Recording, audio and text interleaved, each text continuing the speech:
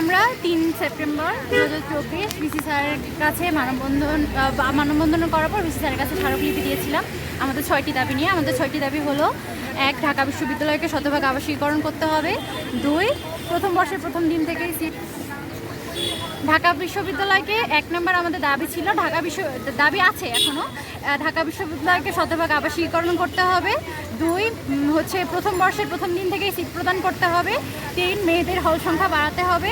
4, এই মুহূর্তে যারা আবাসন সংকটে আছে, যারা আবাসন সমস্যা ফেস করছে, ক্লাস শুরুর আগে তাদের আবাসন ব্যবস্থা নিশ্চিত করতে হবে।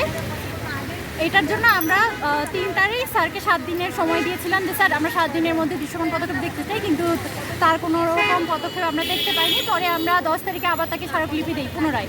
আর হচ্ছে আমাদের 5 নম্বর দাবি হচ্ছে হলগুলোর আভ্যন্তরীণ যে সংস্কারগুলো আছে, যেমন বিল্ডিংগুলো আসলে ঝুঁকিপূর্ণ কিনা, ভূমিকম্প ঝুঁকিতে আছে কিনা, বা খাবার থেকে শুরু করে স্যানিটেশন বা প্রশাসন কর্তৃক যে তদারকির ব্যাপারটা, এটাও প্রশাসন কর্তৃক করতে হবে। আর 6 নম্বর হচ্ছে মেয়েদের হলে আশেপাশে নিরাপদ পরিবেশ নিশ্চিত করতে হবে।